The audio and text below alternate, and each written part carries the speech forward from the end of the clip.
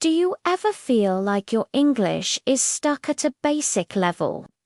You know the words, but they just don't sound impressive. Well, you're in the right place. Today, we're going to supercharge your vocabulary, swapping out everyday words for their more advanced, professional, and sophisticated counterparts. This is perfect for acing your exams, shining in the office, or just sounding smarter in your daily conversations. Let's get started. First up, instead of saying start, try using launch. So instead of we will start the project next week, you can say we will launch the project next week. It sounds much more dynamic and professional, doesn't it? Launch gives a sense of a major beginning, like launching a rocket or a new product line. It's a powerful word to have in your toolkit. Next, let's look at finish. A great alternative is finalize. I need to finish the report becomes I need to finalize the report. Finalize implies that you're not just completing a task, but you're putting the last definitive touches on it.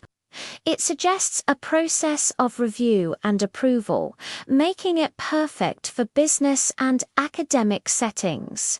How about the word open?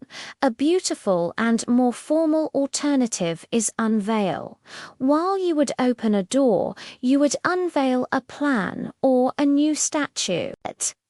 For example, the company will open its new strategy. Sounds okay, but the company will unveil its new strategy creates a sense of drama and importance. It's like you're pulling back a curtain to reveal something special. On the flip side, we have close. In a formal or technical context, you can use terminate. You wouldn't say you're terminating a window, but you would terminate a contract or a subscription. We decided to close the agreement can be upgraded to we decided to terminate the agreement. It's a strong, decisive word that signals a definitive end. Let's move on to clean, a very relevant word. Especially in office or public health contexts, is sanitize.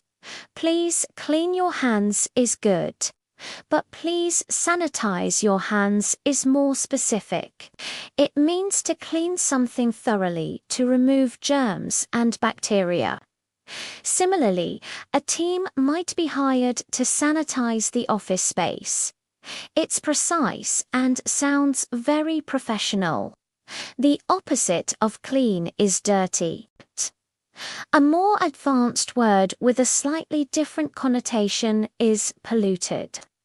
You wouldn't say your shirt is polluted, but you would talk about a polluted river or polluted air.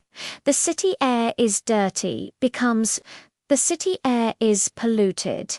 This word specifically refers to contamination by harmful substances, making it great for environmental and scientific discussions. Instead of cut, how about trim?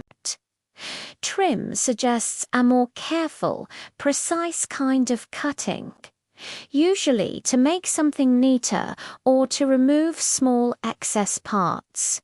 You don't just cut your hair, you get it trimmed. In a business context, you might say, we need to trim the budget, which sounds more strategic than we need to cut the budget. Here's a dynamic one, push. A more powerful alternative is propel. A simple push moves something, but propel suggests driving it forward with force and momentum. His ambition pushed him to succeed is fine, but his ambition propelled him to succeed creates a much stronger image of forward movement and drive. And for pull, a great professional word is retrieve. You pull a book off a shelf, but in a technical or formal setting, you retrieve data from a database. Can you pull the files for me? Sounds casual. Can you retrieve the files for me? Sounds like a standard professional request. It implies getting something back from where it's stored. Let's talk about hold. A fantastic substitute is retain. Instead of our company wants to hold its top employees, you can say our company wants to retain its top employees. Retain means to keep possession of something or to continue to have it. It's commonly used for customers, staff, and information. It sounds much more strategic. When you're talking about travel, instead of leave, you can use depart. The train will leave at 5 p.m. is perfectly normal. But on an announcement board or in a formal schedule, you'll see the train will depart at 5 p.m. Depart is the standard formal term for leaving on a journey. Similarly, for arrive, you can use reach. Arrive usually refers to a destination, like arriving at the airport. Reach can also mean that, but it often implies overcoming some difficulty or distance to get there. We will arrive at a decision is okay, but we will reach a decision suggests a process of discussion and effort. What about stay? A simple and elegant alternative is remain. Please stay seated can be formally stated as please remain seated. In reports or analyses, remain is very common.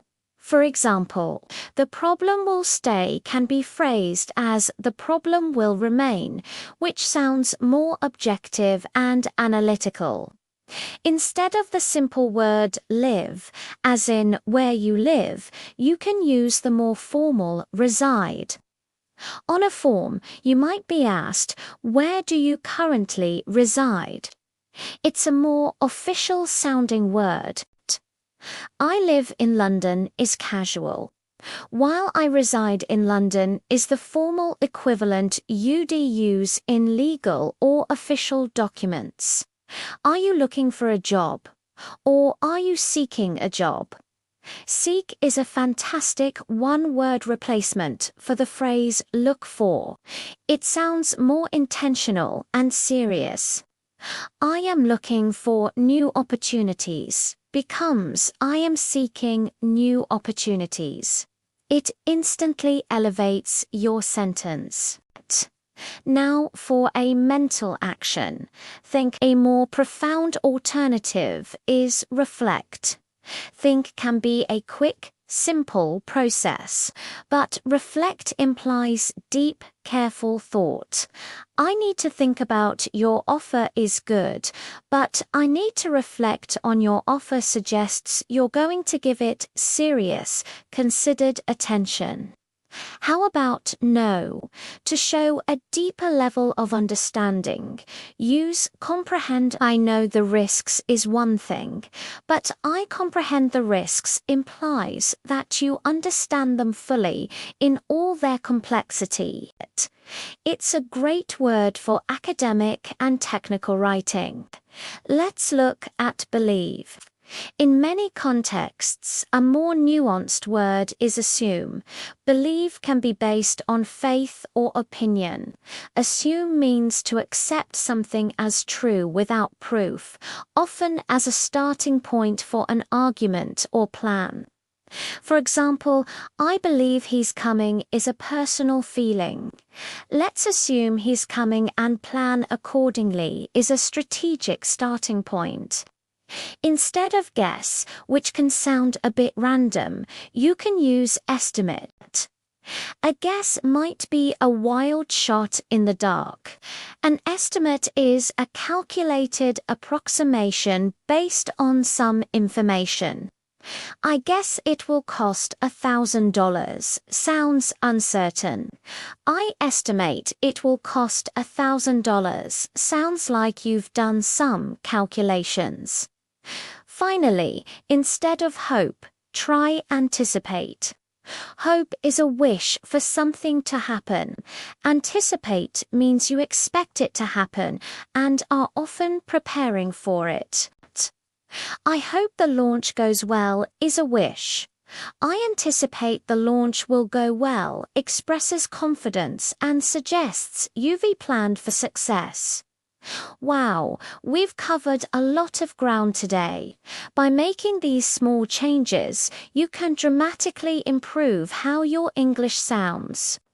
Remember, it's all about choosing the right word for the right context. Practice using these in your writing and speaking, and you'll notice a huge difference. If you enjoyed these tips and want more ways to upgrade your English, don't forget to like this video and subscribe. It really helps the channel grow. And make sure you click that notification bell so you never miss a new lesson. Thanks for hanging out with us today, and I look forward to seeing you in the next video. Keep learning.